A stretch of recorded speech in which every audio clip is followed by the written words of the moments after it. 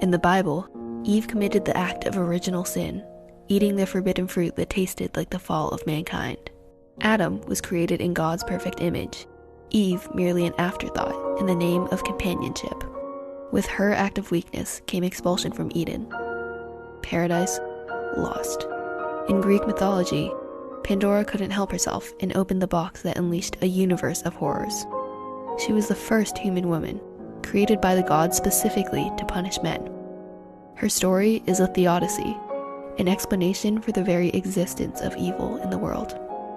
Medusa, with her petrifying glare and slithering tresses, is the quintessential symbol of the monstrous and rageful woman, but lesser known is her origin story. As a young maiden, she was raped in the temple of Athena by the sea god Poseidon, who assumed her striking beauty was his for the taking. Athena made a Gorgon out of Medusa to punish her for the desecration. In Shakespeare's Macbeth, it's Lady Macbeth, serving as depraved temptress, who seduces her husband to the dark side. It is she who coerces Macbeth into killing the king, pushing him past the point of no return.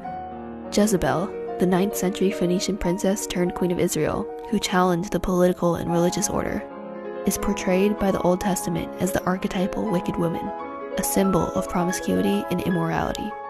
Her legacy echoes in our language, as when white slave owners long exploited the Jezebel trope to justify the subjugation of and sexual violence against black women.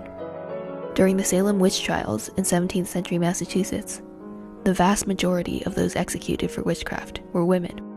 The crime they committed? Nonconformity. To the Puritans, female autonomy was more outrageous than the supernatural. There is no evidence that Marie Antoinette actually said, "Let them eat cake," but during the French Revolution at the turn of the 19th century, the young queen was demonized as the very embodiment of the French monarchy's extravagance and tyranny. She met her fate at the guillotine.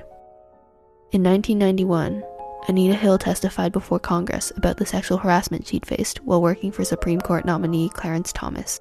She was crucified by the Senate and by the public, labeled a liar, a slut, a lunatic.